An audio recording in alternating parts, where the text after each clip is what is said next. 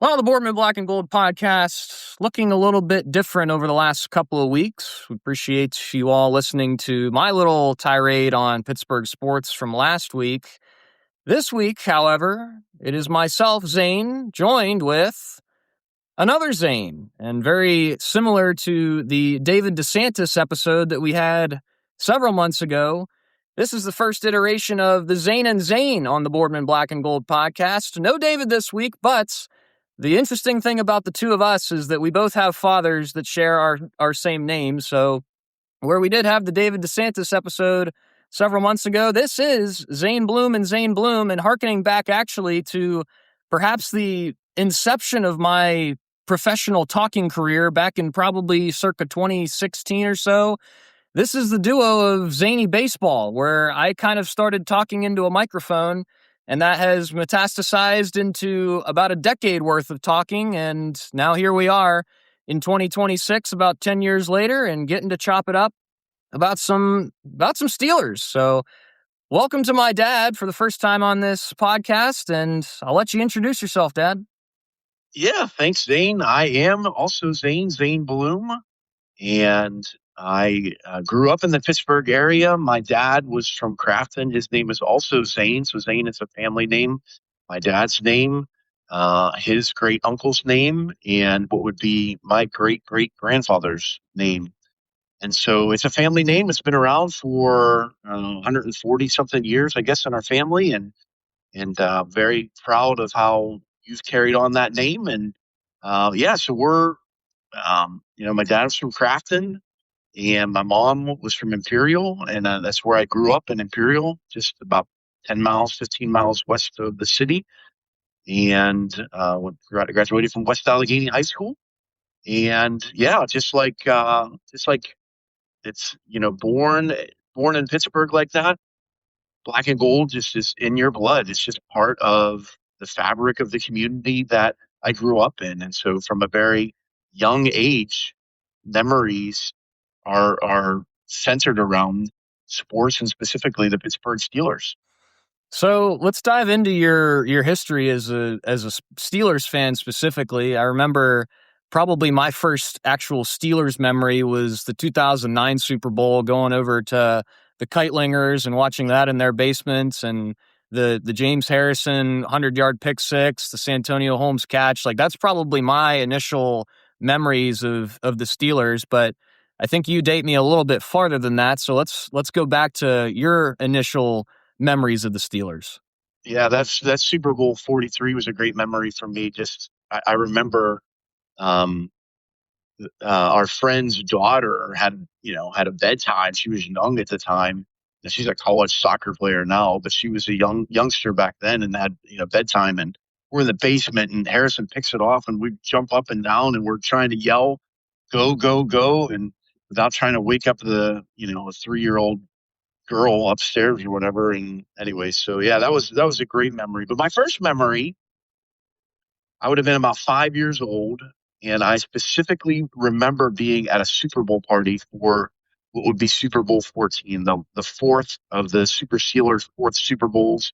It was in the Rose Bowl against the Los Angeles Rams, and I just remember sitting around a television. Again, what a television back then was a piece of furniture. It sat on the floor, and the screen itself was probably only about 24 inches wide, and there was 30 people in this living room.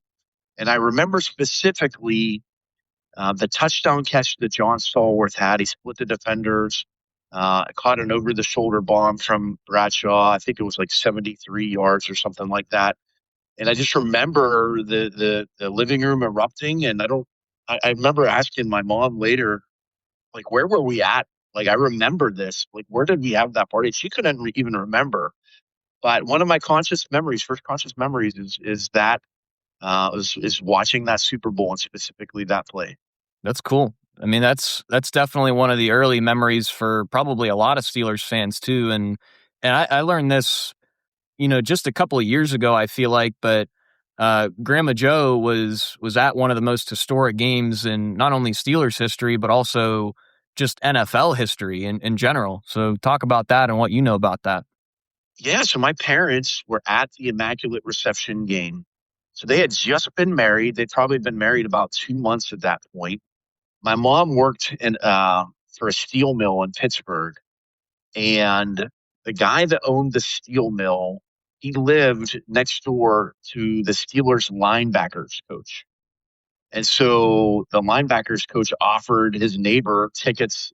You gotta remember, 50 years ago, this is the Steelers. They didn't even it didn't even have a playoff win at that point in their near history. They were perennial losers, and so getting playoff tickets was not as big of a deal back then as it was now. And so the guy offered his neighbor tickets, and he took them and he gave them to my mom and my dad, and so they were box seats. I mean, so you can imagine that a coach is going to have access to great seats. So they have box seats in a corner of one of the end zones for the Immaculate Reception. I'll have to go back and think. I want to say it was at the corner of the end zone near where Franco actually scored on the left sideline. I'll have to go back and check with my mom on that. But um, they had box seats, and one of the interesting things about that is they sat next to Willie Stargell and his wife. And Wow. Willie Stargell was wearing a fur coat. And my dad says, "Hey, you want a drink?" And Willie says, "No, thanks." And he opens up his fur coat and he has a bottle of wine inside that he's like drinking out of a straw. So, he sits next to Willie Stargell at the Immaculate Reception game. They score the touchdown. The rumor exists. I have no proof in person that I can look at, but the rumor is that there's a picture of my mom, your grandmother, dancing on the dugout on top of the dugout after the Immaculate Reception. This either would have been in the Pittsburgh Press or the Post Gazette. And I'd never seen that picture. At one point, I went and tried to look at it through like microfiche, and I couldn't find it. But allegedly, there's a picture of my mom dancing on top of the dugout that was captured in the paper at the Immaculate Reception game. And so thousands upon thousands of people say that they were there, but my parents were there, your grandparents, and they sat next to Willie Stargell in box seats for the greatest game, maybe the greatest play in NFL history. Pretty amazing. Pretty amazing stuff. And, I remember when Grandma Joe told me that just a couple of years ago. I feel like it was not very long ago. And I actually wonder if it was around the time when Franco Harris was about to be immortalized in Steelers history, like just before he had died, right before that Steelers Ravens or the Steelers Raiders game that was historically cold at Heinz Field. But I want to say it was around that time, so it was not very many years ago. And I think based on what I remember about that conversation with Grandma Joe is that it was in fact like that end zone on the side that Franco was running. So, again, for me to hear that, as like a 21-year-old, just like marveling at the fact that, I had family members that had some of the best seats in the house to one of the greatest plays. Again, not even in NFL history, but in sports history in general is pretty remarkable. Now, I know that you have not been to a Steelers game in a while, but you've had been to some Steelers games in your lifetime. Talk to me a little bit about, some of those core memories that you have actually being, not only at Heinz Field, but also Three Rivers Stadium. Yeah, so I grew up going to some games at Three Rivers. I didn't. I can remember very vividly my first game. It was a Monday Night Football game. I went back and I checked Pro Football Reference. It was October 29th, 1990. So I would have just turned 16 years old. It was a Monday Night Football game. They played the Los Angeles Rams. I just remember just the excitement walking into the stadium, the energy in the stadium. We had tickets kind of in the corner of the end zone. It was the lower bowl. It was kind of like one of those box seats that would probably been pretty good for a baseball game. I'm not sure how great it was for a football game. It was kind of under some overhang, so we weren't really out in the open air. We were kind of under the overhang a little bit. But I mean, I was there. I was oriented. The Rams, the place is hype and just everybody's fired up. The Rams returned the opening kickoff back for a touchdown. Kind of took the air out of the place for a minute, but the Steelers just started to build and build on that game.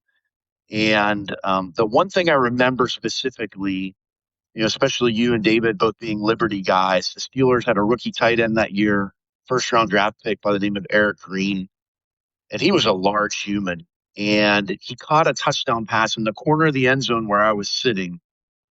And I don't know if it's just like some sort of, in my mind, I just can see it still. He's caught the touchdown and spiked the football, and it was higher than any football I've ever seen spiked in my life. In my mind, it was 100 feet in the air. It took like seconds for it to come down, but I just remember him spiking that football, scored a touchdown, and I don't know. It's just a great memory. We stayed for the first half. The other thing I remember, I had to recite the Gettysburg Address in my English class the next day. My dad had to work. He usually had to get up work early. He was a construction worker. He was an operating engineer. If anybody listens to the Pirate Game, the sixth inning is always sponsored by the International Union of Operating Engineers, Local 66, with my dad. And one thing about my dad, in memories of Three River Stadium, we went to several games over the years. I came back from Korea when I was in the Army. I just wanted to go to a game. He and I, just the two of us, went to a game. It was a great memory. And then my dad, being an operating engineer, he was in charge of, well, when they were building PNC Park, he was in charge.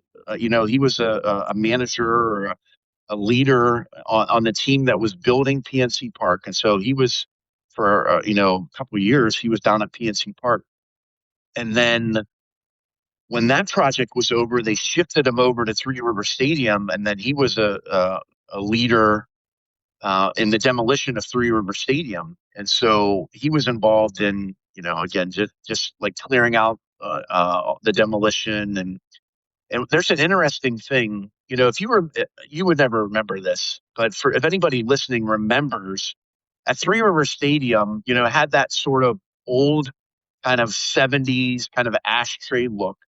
And you had to walk up these ramps to kind of get into the stadium. And there was 4 ramps. There was the A gate, the B gate, the C gate, and the D gate. And there was these large pillars that had the letters A, B, C, or D that flanked both sides of these ramps. And the plan was that as a memorial to Three River Stadium, those 2 pillars, I think they were the D gate pillars, the 2 D gate pillars were going to remain in place. So you could see where the walk-in gate to Three River Stadium was. Well, my dad was I don't know if he was on night shift, but he was taking over for the guy before him. The guy before him, there were supposed to be 2 pillars. The guy before him knocked over one of the pillars. So whereas there were supposed to be 2 pillars that were supposed to memorialize Three River Stadium, if you go, there's still one, only one, because the guy on the shift before my dad inadvertently and accidentally knocked over one of the pillars. And it's a good thing that my dad got there when he did to stop them from knocking over both pillars, because now it still remains there as a memorial. So, yeah, that's an interesting story about Three River Stadium and your grandfather. Where is that at in proximity to where Heinz Field is now? So if you go around Heinz Field, if you're going towards PNC Park, the river's on your right, it's on your left.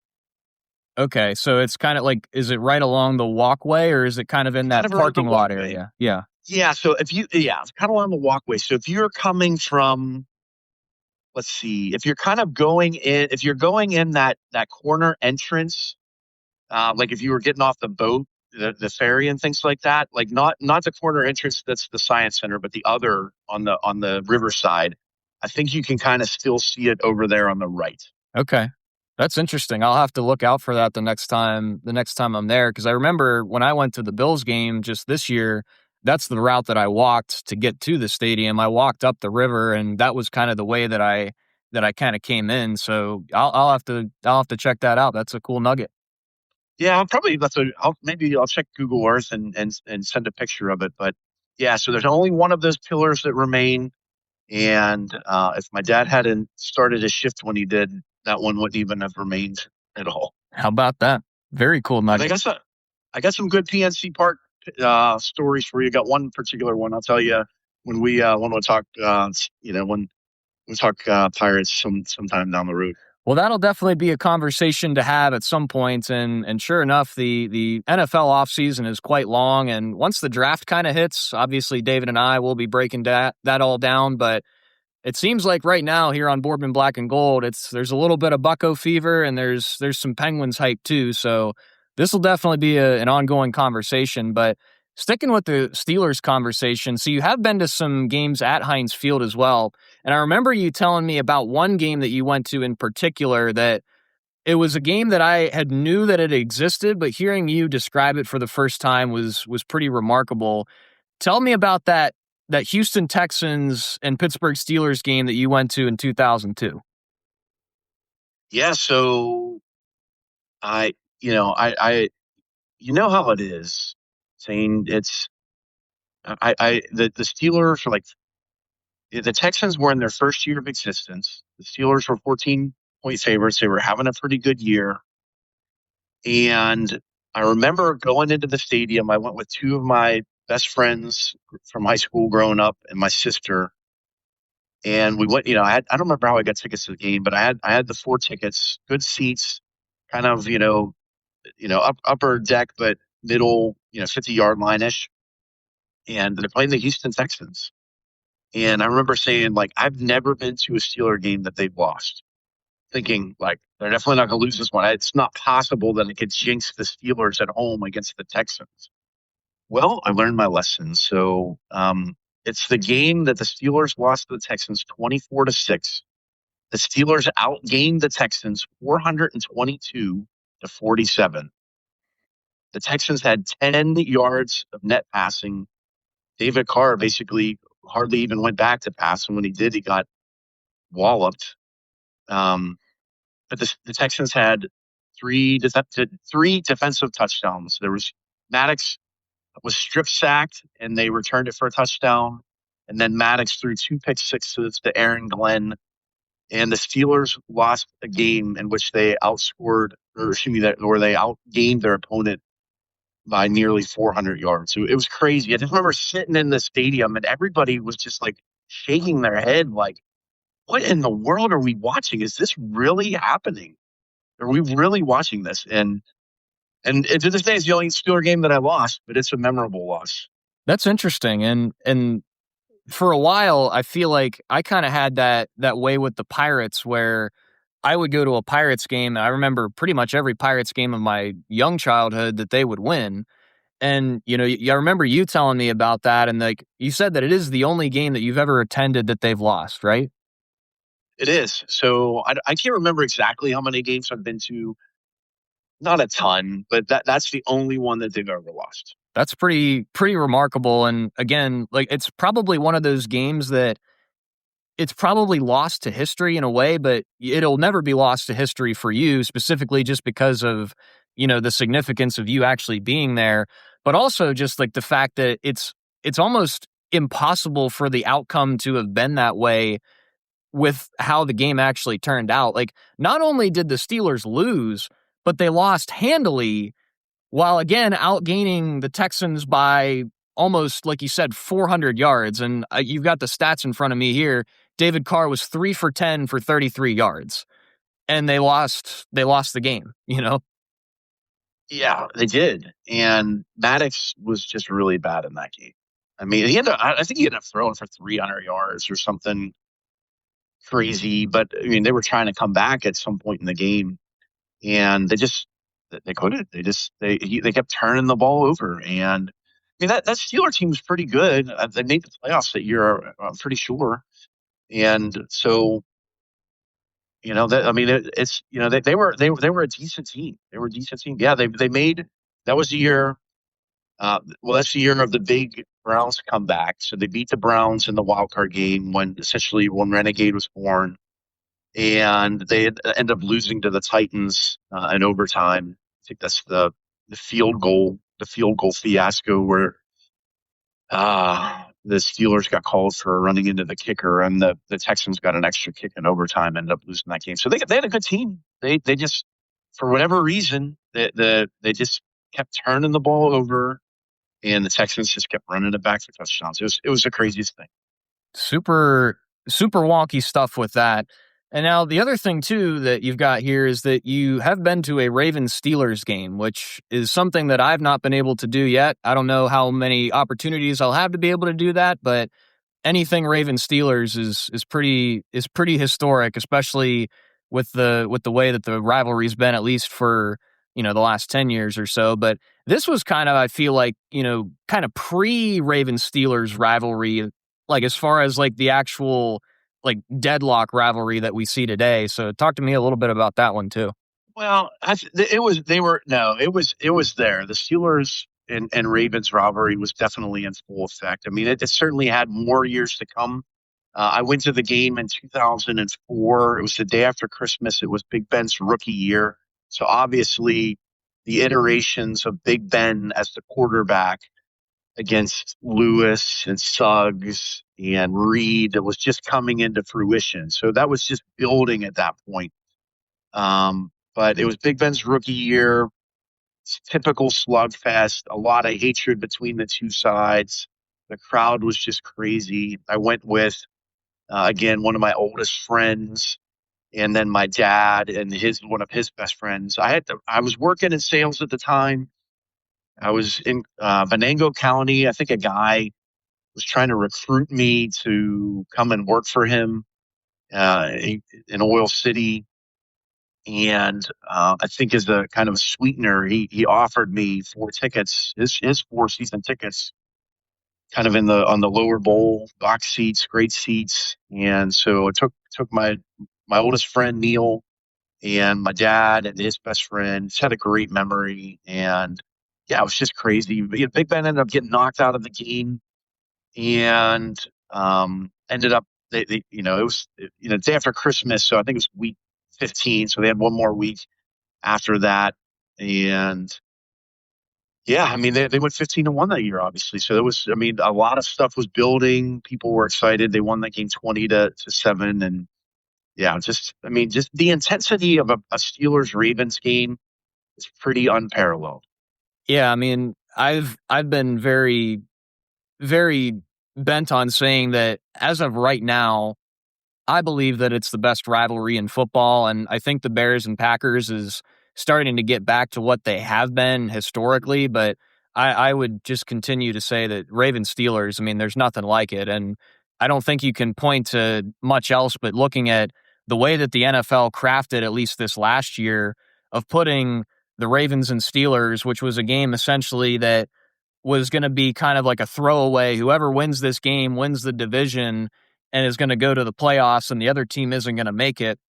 They could have put any other of those games that had playoff implications on Sunday Night Football, but it just goes to show you that even, maybe a subpar Steelers team and a subpar Ravens team that are fighting for playoff aspirations, it's probably better than anything else they could even think of. And very quickly they made that decision. And obviously we got the pretty historic game that we got in week 17 this year. So, that's like, I think about that too. And, it's interesting to hear that even back in 2004, when the rivalry hadn't even ramped up quite yet, that it was still one of those like dead heated rivalries that Pittsburgh fans especially were excited for.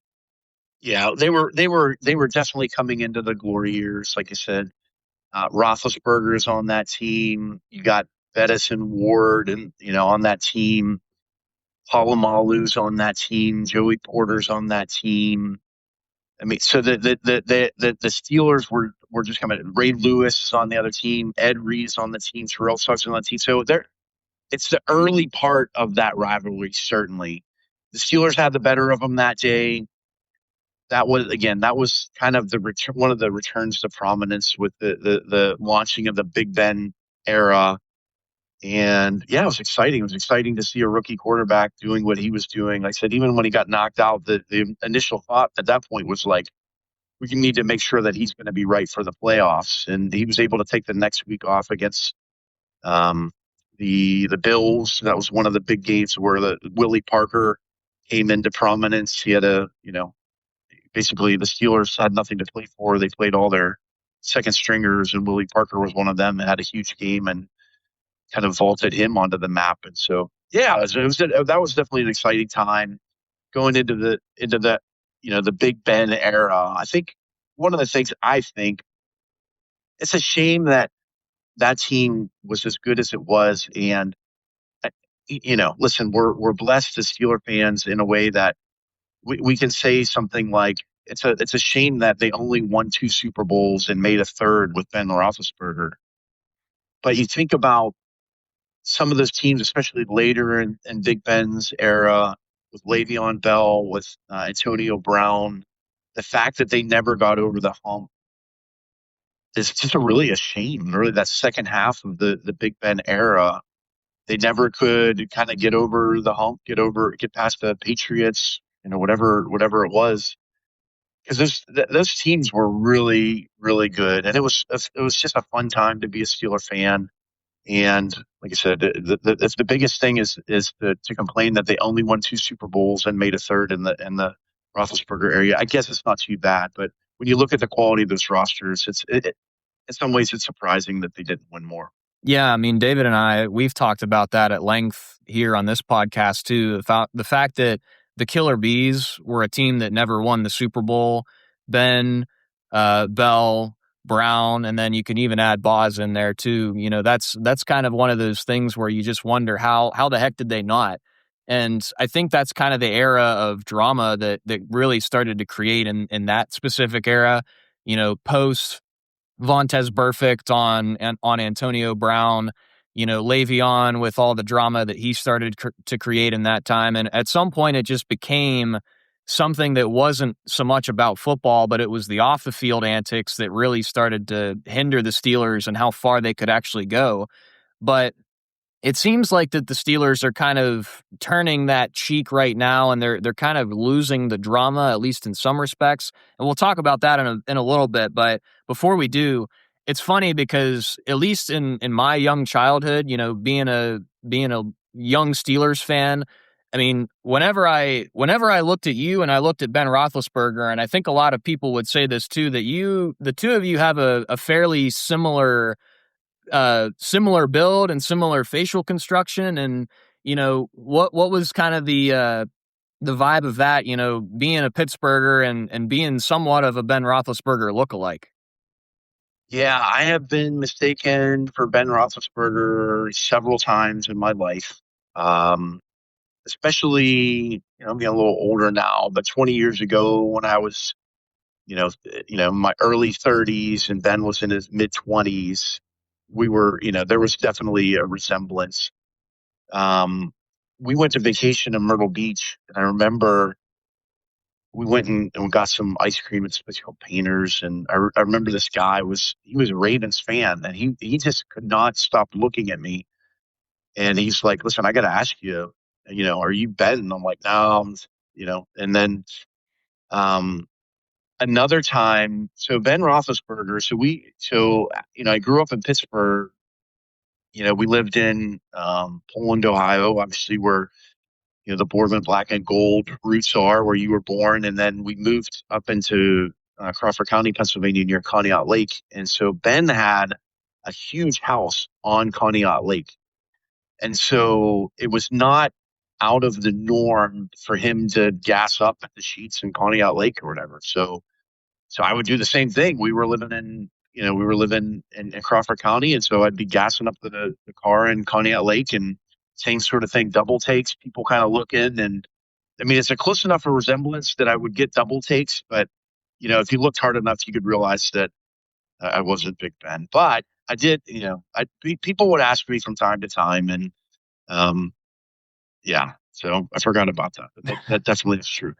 Well, I mean, it's funny because I mean, even myself and being a young kid, having watched Ben Roethlisberger, being pretty much the only quarterback that I ever knew, I even kind of put those two together, and obviously I know you and that, but it's funny to hear outside perspectives of people, and I think even mom has said that, you know, people have mistaken dad for Ben Roethlisberger, and as the older I get, it's like, you know, it does make sense. And I saw a picture of him today. Apparently, he was golfing with Toby Mack this weekend, Mm. and I looked at it. I'm like, you know, even still, like as the two of you age, like, you know, there still are some resemblances, which is funny, and also like the fact that you were both living in the same area in a similar time too is also funny. So that's a cool little nugget there.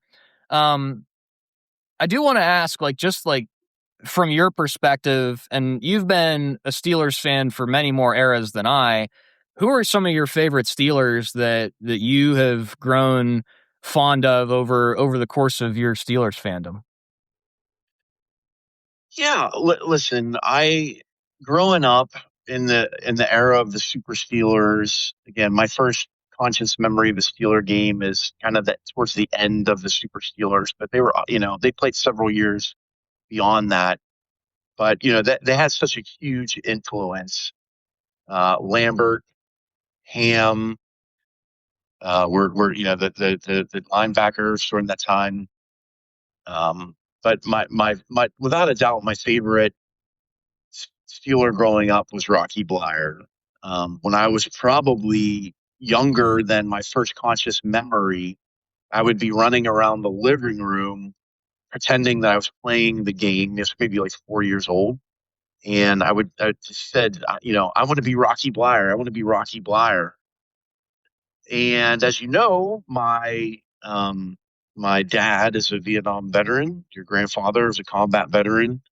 Um, and and Rocky Blyer is a veteran, a Vietnam veteran, and a disabled veteran.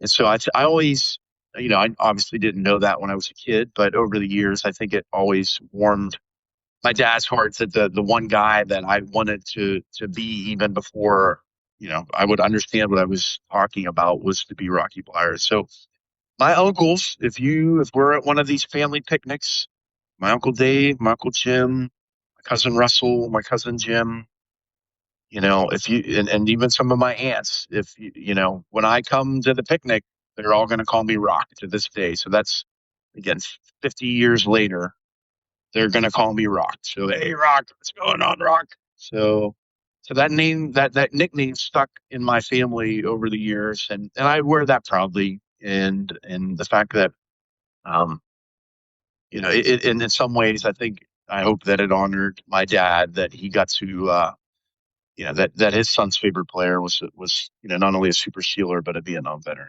Yeah, and I actually didn't know that until you had just told me that a day or so ago that was where that nickname originated from. And you know, I'd always heard that, and I never really knew exactly where it came from. And you know, Uncle Dave, I don't know if he's ever called you Zane. I think he always just calls you Rock. So you know, I did always kind of wonder where that came from. And when you made the mention of Rocky Blyer and made the connection of, you know, the Vietnam connection, you know, that also Grandpap Zane had, that was pretty cool to kind of hear about too. And, you know, again, the fact that it stuck around for all this time, and, you know, the legacy not only that Rocky Blyer has, you know, as a Steeler, but also as a veteran and a disabled veteran at that. So, you know, and the Bloom side of the family, our side is very ingrained in military history, and even, you know, mom's side of the family too with pops. You know, that's a pretty cool connection, and just hearing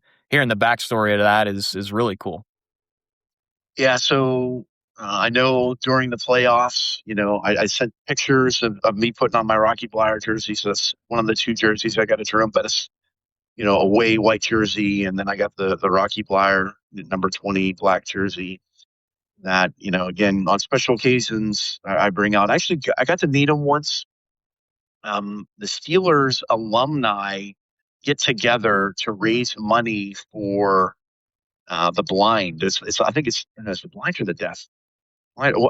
Maybe I think it's the blind. So that's their that's the group that they want to raise money for. Is I think the group of the blind, and so they have a specific charity that they raise money for.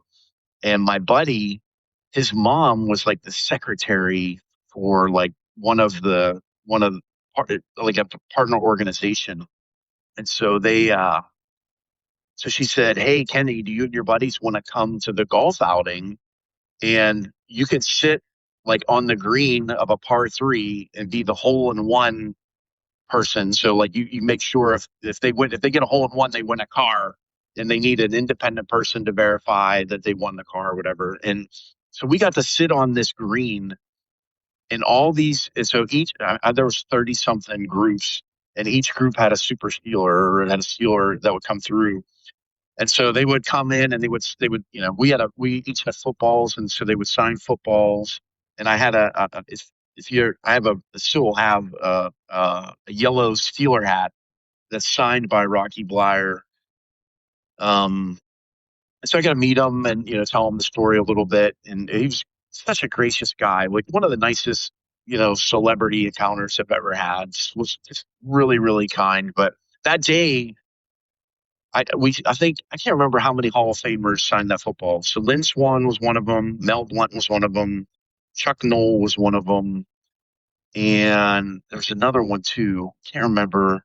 There's four Hall of Famers that signed that football, and then there's a whole bunch of other Super Steelers that signed it as well. And so I'm not a huge memorabilia guy. It's kind of I don't know. It was a brown football with a black sharpie. We should have used a like a silver Sharpie. It would have probably turned out a little bit better. So you can't really read them that much anymore. I can read them because I know where some of the signatures are, but to meet all those guys coming through, they couldn't have been kinder. They were like thanking us for being there. Like, hey, thanks for supporting the charity outing and being out here. And we're thinking, man, we're meeting a super stealer every 10 minutes that kind of comes through with their group, and what a blast and a chance to meet some of those guys. That's really cool, and I believe I've seen that football. I guess I didn't even know the story behind that. That's a pretty cool story, and you seem to have a lot of golf stories as far as people that you caddied in the Pittsburgh area when you were younger, and you seem to have a lot of those fun stories, and that's maybe something that we can even talk about in a future episode. Some of the other Pittsburgh athletes that you've interacted with, and that's just really cool. And it's interesting too, because, from David's dad's perspective, when we had his episode several months ago, he's got the perspective of living in Ohio. And, whereas you lived that era of Pittsburgh, and, you're a Pittsburgher through and through. And, you got to interact with some of these people, just being involved not only in the golf scene, but just simply being a resident of the Pittsburgh area. So, even just hearing these stories about, yourself and Grandma Joe and Grandpa Zane, and, all these stories, like it makes me want to, like, eventually down the road live in the Pittsburgh area. And, I remember, first, like, when I got here to Cleveland, I was like, man, this is not the place that I want to be as far as, like, my sports fandom goes. But, here I am, and, I've been meeting a lot of really, really important people in the 3 years that I've been here. But in some respect, it's like, I want to live in Pittsburgh so I can meet some of the greats of the Pittsburgh era where all my sports fandoms lie. So the fact that you for pretty much your entire lifetime have gotten the ability to, live in that area and interact with some of the great athletes of Pittsburgh past is pretty cool. Yeah, I was a caddy at Swickley Heights Golf Club growing up. It was a pretty good one, so I used to get assigned. And so the both the Pirates, the Penguins, and the Steelers would have outings up there throughout the years. And I remember a lot of in the Steeler outings, I mean there were NFL players from all kinds of teams that would be there, and a lot of them would have a connection. Like I don't remember who I was caddying for. I think it was well, I think it was well, I don't remember who I was caddying for, but I remember that Jim Kelly was in the group behind me, and I think he had a connection. He spoke at Liberty at convocation and stuff a couple times, and so Jim Kelly was in the group behind me, and I got to interact with him. And I think Jack Ham, I think, was a member at the club at the time, and so I would see him kind of on Sunday afternoons. He does play by play for. for Penn State football, and so he was never there on Saturdays, but then I would see him usually on Sundays. Yeah. Anyways, yeah. So I get to see lots of athletes because Sewickley Heights is one of the premier golf courses in Western Pennsylvania, and so I get to see tons of really famous athletes over the years. It was definitely a cool experience. Yeah, pretty darn cool.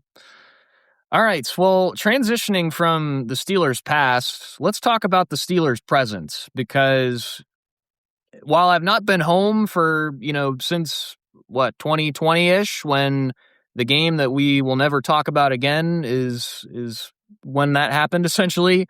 So obviously I interact with you frequently via text message and in our phone interactions about the Steelers, but let's talk about the state of the Steelers as they sit right now, just a couple of weeks ahead of the NFL draft. What are your thoughts on this team as it currently lies? What are your thoughts on the offseason moves that they've made? Where do you think the direction of this team is going now in a post Mike Tomlin era? Yeah, I was definitely surprised that Tomlin was decided to walk away. I thought that he was going to be there forever, honestly. And I know I've heard you and David talk about it a lot. I know I always chuckle a little bit hearing David's temperature rise a little bit talking about Tomlin, and I kind of agree. I never thought he was going anywhere. I never did, and I was really surprised when he stepped away. But I think it's a good thing for him, Tomlin. I think Tomlin is a very good coach. He's asserted himself well. I mean, continued to have winning team after winning team, but he never, but we we had zero playoff success for the last 7, 8 years or whatever it is, and that's just unacceptable. And so it was time for him to walk away. And I will tell you, when McCarthy was announced as the new coach, I was really underwhelmed. I thought, here's a chance to make a splash, to get a young, up and coming, whether it was offensive or defensive coordinator, somebody with some new ambition and new ideas, and so from one of these, you know, more up and coming coaching trees. And so I was really underwhelmed. But I've been sold, the last couple months since McCarthy's been in charge, to hear him talk, to see the things that they're doing as far as signings. I'm on board. I think, he's an innovative offensive mind. I think he, and so I am now optimistic about this McCarthy era. I don't know how long it's going to be. He's in the 60s, I think. So, I mean, it's probably not a super long era, but I think he gives us a great chance to win in the next 5 years or whatever it is, and to start winning playoff games. Now, interestingly, I did not have the perception of Mike Tomlin that I do now. It was actually until I met David that he kind of pulled the wool over my eyes and kind of got me to see behind the curtain that Mike Tomlin was not as sufficient as maybe I once thought he was. And I think for the reason, because obviously all the winning seasons, you can look at that and, even going back to our earlier conversation about saying like, yes, like it's hard to like look at this and be upset, but the fact that these types of teams did not win Super Bowls, it just doesn't make a whole lot of sense. Now, what were your thoughts on Mike Tomlin throughout his tenure? Because you were there at the beginning of his tenure and you saw his tenure completely. I mean, I didn't know anything else other than Mike Tomlin, and even like the 2009 Super Bowl was really my first interactions with Steelers football, but you saw the entirety of his tenure. Where were your feelings going as far as that time, like when it was moving closer and closer to the present? In the beginning was great. He's in a Super Bowl early, wins the Super Bowl. People say he won with coward players, but no, Tomlin won the Super Bowl. He was great early. It seemed like he was innovative. He was high energy. He was willing to bring in the council of veteran coaches like Dick LeBeau, and I think it was great early. And so the beginning part is really hard to complain about. The second half, it's just been really it's a lot to complain about. I think the word that comes to mind is just stubborn. He just was so stubborn that like he just wouldn't change his ways, and he was just like, "This is the way to do it, and we're going to do it this way." And if I guess if it doesn't work, it's not my fault. Like I think there was no innovation. It was very stale. It was very vanilla. The offense was vanilla. The defense was vanilla.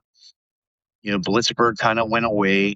We're just like all these soft zones and just completion after completion underneath, and he just would never change his ways, and it was just getting very frustrating. And the other thing that was really frustrating was these platitudes. Every news conference, just hearing the same platitudes and the same line after line, and it's just like, gosh, it's enough already. Like, so I listen. The beginning part of the era was fantastic, but you can't go 7 8 years, whatever it is now, as a Steelers coach without a playoff win. And in fact, not even being competitive in a playoff game. They've been blown out of their like last 5 playoff games. Like that's unacceptable. And so there's a standard, as one of his platitudes is the standard is the standard. Well, he's not been meeting the standard for a long time. And so it was time just for him to step away. And so, first half, A, the second half, F, no playoff wins. It's not good enough.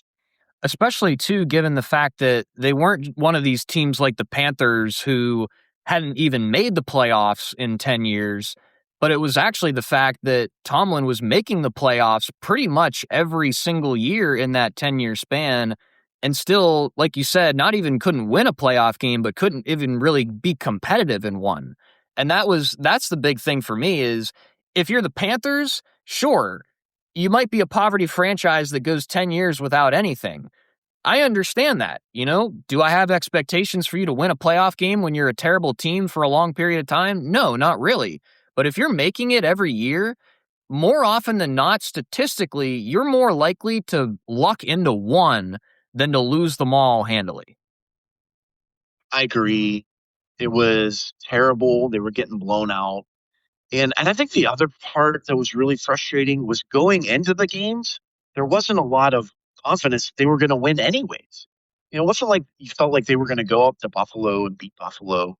You never, like it just, that even when they were playing the Ravens, you never felt like they were good enough to beat the Ravens, and which is disgusting to even say out loud.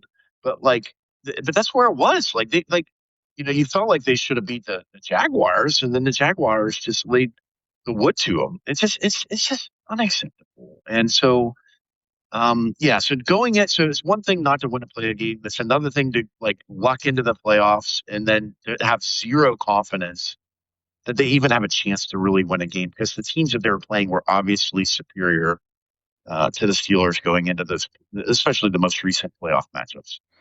So, as far as the team right now, as we begin the 2026-27 season, what's your outlook? I mean, it seems like you're more positive on McCarthy than you were just a couple of months ago, but what do you like about this team? What's the flavor that you have for the current Steelers?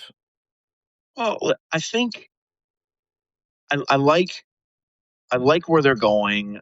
I think they need an explosive offensive player. I think that's probably going to come from a wide receiver. I think they need to draft a wide receiver. I don't think it has to be in the first round, but probably needs to be at least by the second round. They need an explosive player. Metcalf is fine. He drops a ton of balls, drives me nuts.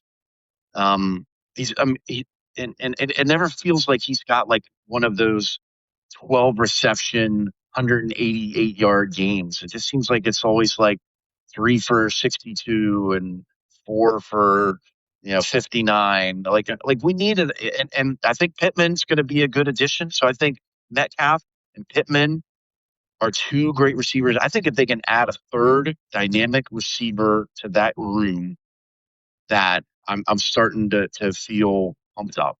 I love Jalen Warren.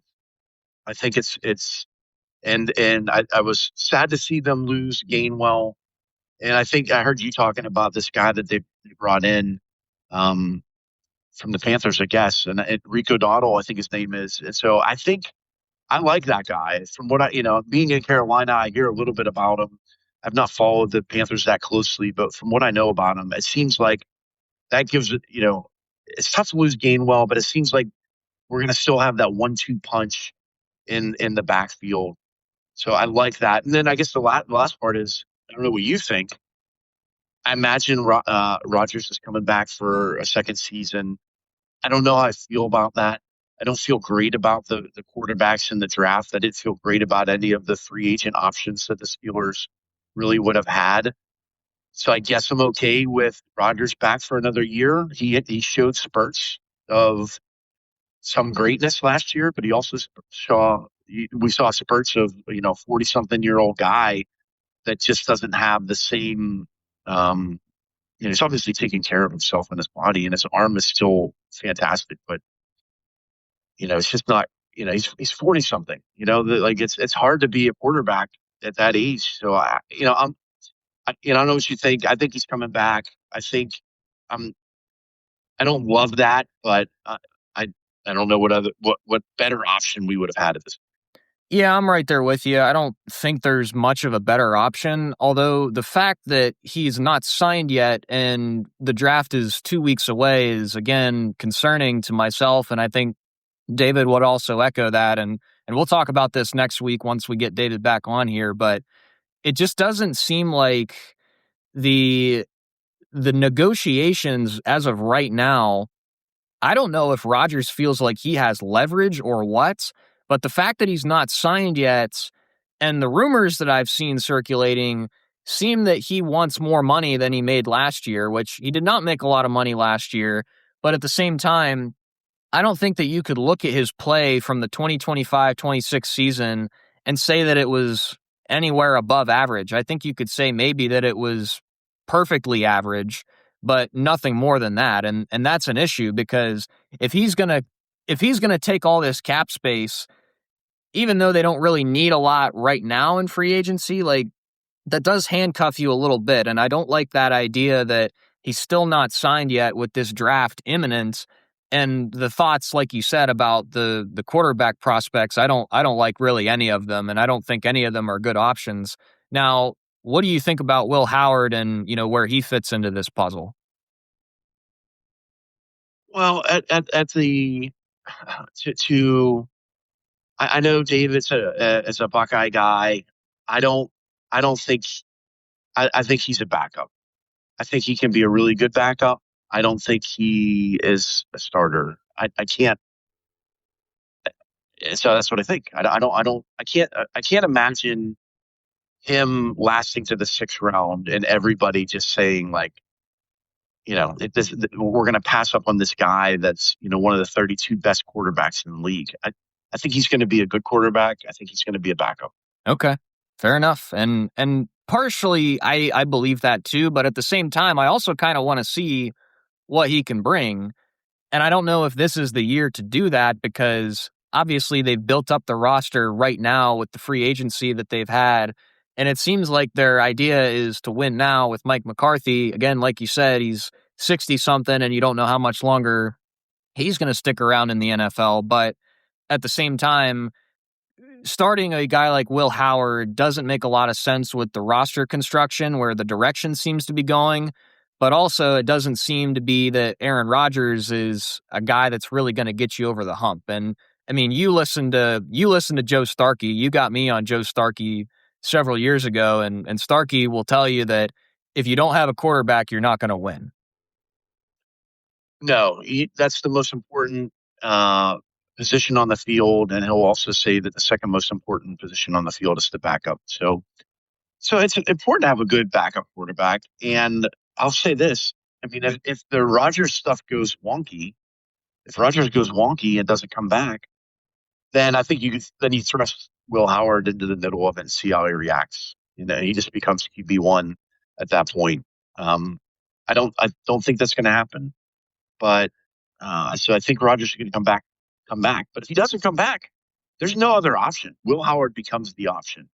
Listen, I guess I'm fine with thrusting him into that to see if it's better to find out what you got.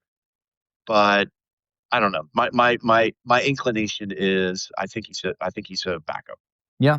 A guy that can come in and win some games. Like, you want your backup to be a guy that can sling the ball around and not turn the ball over and win 3 games while your other quarterback's banged up. And I think he can do that. But I find it hard to believe that he's the answer long term. Yep. I somewhat agree with that, and I guess I really can't verify that because I just simply haven't seen him, and it's a catch-22 because you can say we haven't seen him, so we don't know, and we might as well find out what we can get, or you can also say we haven't seen him, we don't want to risk it in a year where it seems like the Steelers are trying to have a push. So it's a really weird Yeah. situation, and it's not ideal, and I think if it's any other quarterback than Aaron Rodgers that we would be considering, maybe I would have more peace about this. But, I mean, I talked about it. I brought it up several weeks ago that I thought Malik Willis was a good option, even though that he's had a fairly small sample size. But, now he's in Miami, and like you said, the options are slim pickings. You either get Aaron Rodgers or you draft somebody. And, frankly, I know the two options that I like, but it seems like it's the lesser of two evils in some respect. Yeah, I agree. I think I don't there's to me there's nobody in free agency left. I would have loved Malik Willis. I think he would have been exciting to see in black and gold. I don't. I think. I mean, I'm. We'll see how Howard goes. I don't see anybody in the draft that I'm interested in, to be truthful. The only guy that intrigues me a little bit is this kid from North Dakota State, Cole Payton. Like, I'm a little intrigued by that guy. It seems like that guy has some tools. He's kind of been hidden in FBS, or so maybe there's something there. But Carson Wentz, Simpson, I don't know. Like, none of those guys like get me excited. So I'd rather run with Howard at that point. I mean, you've had him on the roster. Let's see what he has. But I don't know. I'd rather. It feels like there's some positions that we need to build in the draft. We have a lot of draft picks. Maybe we trade some of those draft picks for more draft picks next year. That sort of thing. We'll continue to try to manipulate that. But I think that we need some help in the secondary still. I think we're going to need some help on the defensive line still. I'd love to see maybe potentially. I think we're good on the edge with Highsmith and Watt and Herbig. I like Sawyer. I wonder if we needed somebody in the middle again. But to me, like, wide receiver is a priority, and I think there's other priorities in the first 3 rounds of the draft that we don't need to be worrying about any of these fringe QB prospects. Yep. I agree. We're on the same page there. So, well, do you have any final thoughts before we close out this Zane edition of Boardman Black and Gold? Anything that just, anything, anywhere? Now, listen, I'm proud of you and David, what you guys are accomplishing, and I know that you continue to have more and more listeners across all platforms. So I'm proud of what you guys are doing and the preparation that you put into this. You guys are doing a fantastic job. It was exciting to be invited to come on. I know I heard the episode when David had his dad on. It was excited to get an opportunity to share some of my Steeler stories um, and just yeah, I don't know. Like, it's great to be a Pittsburgh Steeler fan, and here we go, Steelers. Looking forward to this next season. Looking forward to. I talked to Grandma Joe yesterday, or sorry, on Easter on Sunday, and I asked her if she was going down to the draft, and she laughed hysterically. She's like, she's going to be as far away from that mess as possible. I can only imagine what it's going to be like downtown. And I know you talked about wanting to go, but it's going to be difficult for you to go because of work situation and stuff like that. So it's probably a good idea because I don't even know how people are going to get in and out of that city. People are going to be trying to get out of that city after the draft, and it's going to be like 4 o'clock in the morning. They're still going to be stuck in traffic. You're going to have all these people coming from Cleveland and Cincinnati and Detroit and Chicago trying to merge through the Fort Pitt tunnels, and they're going to be in for like the scare of their life. They have no idea. They're gonna like get through the tunnel. They're gonna be like, "Oh, there's a city," and then they're not gonna realize that they need to merge like 2 lanes over or they're going to Monroeville. So, you know, sorry guys, good luck getting back. So yeah, it's going to be a mess. It'll be fun to watch from my television, but yeah. So just proud of you, David, and what you guys are doing, and thanks for inviting me to be on the show. Yep. This is a family affair. That was kind of the initial things that David and I did in creating this podcast. The fact that we had a couple of dads that trained us to be Steelers fans, and even as we end this episode, I think I can verify this because it's ingrained in my mind from when I was very young. But you got something? What do you got? I got to say one more thing. All right, I got to give props to my alma mater, the Golden Knights of Gannon University in Erie, Pennsylvania, that won the men's basketball Division II national championship. So it's not quite Pittsburgh; it is Western Pennsylvania. So I'm a graduate of Gannon University, and I do want to give a shout out to those guys for winning the D2 national championship. There you go. Big thing. That's the first national championship in school history in any sport, which you said yesterday. So that's pretty darn cool. Now, going back to even just my childhood, I remember this fairly vividly, and maybe I just created this as a construct of my own mind, but I remember at some point in my young lifetime, you pulled me aside and said, Zane, you can be a fan of any team that you want to be a fan of, but if you decide to be a Cleveland Browns fan, we're going to have some issues. And probably my 3, 4, or 5-year-old brain took that and said, well, I guess I'm not going to be a Browns fan. And I'm glad that you gave me the choice, you gave me the autonomy, but at the same time, you directed me in the right direction, and you did not allow me to even consider being a Browns fan. So thank you for getting me on the right side, where we've got 6 Super Bowls, including 2 in my lifetime, one that I remember very dearly, and, much more glad that I'm a Steelers fan than anything else. And I appreciate the very gentle yet firm prompting when I was just a young lad. Well, I'll give you one more thing. I know we're running long and we need to conclude this episode, but I'll give you one more thing. So Zane's born at St. Elizabeth's Hospital in Youngstown, Ohio, St. E's. And I have the newspaper, The Vindicator, from the day you were born. And the day that you were born is the day after the very first football game at Heinz Field. So it was a preseason game against the Lions.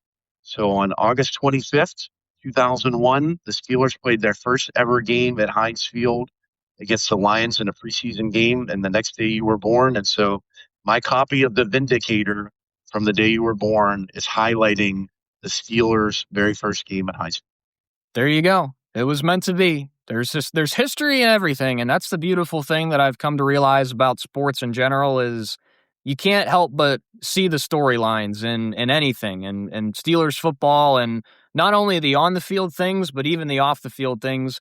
Talked about a lot of great stories from my dad and his past, and in interacting with Steelers legends and games that he's gone to, and that's the idea, is that sports are such a beautiful thing in creating their own stories.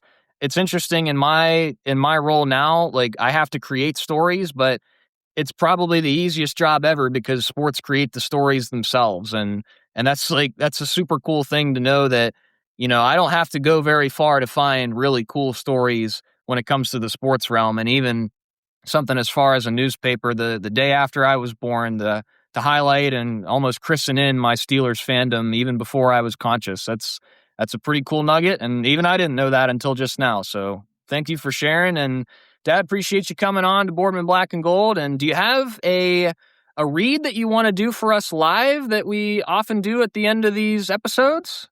Well, I definitely can do that. The Boardman Black and Gold podcast is sponsored, as always, by Zeka Enterprises. And I want to announce with Zeka Enterprises a new relationship we have with Sports Systems. They are a manufacturer of seating systems, so aluminum benches for outdoor seating, indoor gym seating.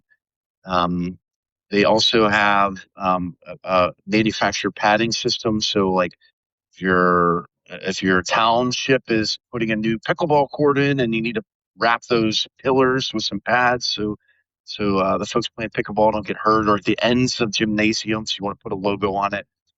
Second Enterprises is proud to announce their relationship with sports systems. And so if you have any needs for something like that, you can call 919-406-4679. Second Enterprise is crafting furniture solutions in Northwest Pennsylvania. And so, yeah, proud to be a sponsor of the Boardman Black and Gold podcast. If it was a secret before, it's a secret no longer. My dad and his small business have been the sponsor of this podcast for, I believe, 2 full seasons now. I believe it was week 3 or week 2 of the 2024-25 season that we began to be sponsored by Zeka Enterprises, and keeping this going for not only just the 2 years, but the plans for Boardman Black and Gold to take off and to continue for many, many years to come. And David and I, we're not going anywhere. And the nice thing, too, is that we both have a couple of dads that not only share a name, but also share a sports fandom and are always willing to talk Pittsburgh sports and specifically Steelers football here on Boardman Black and Gold. So from our perspective, a big thank you to my dad and Zeka Enterprises for being longtime supporters of the podcast. And we will undoubtedly be having future episodes with Zane and Zane, perhaps Zane, David, and Zane, or perhaps Zane, David, and David in the years to come. That's definitely something that we're planning to do in the future, and we will find a way to make that happen. But this was an episode a long time coming and a historic episode here on Boardman Black and Gold.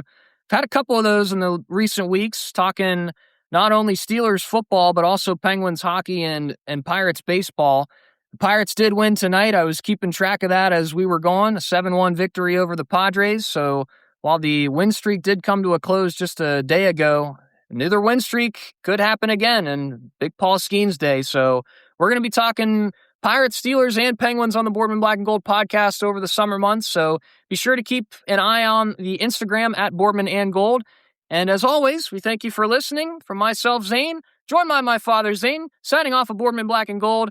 And next week, David and I are talking all things Pittsburgh Steelers draft.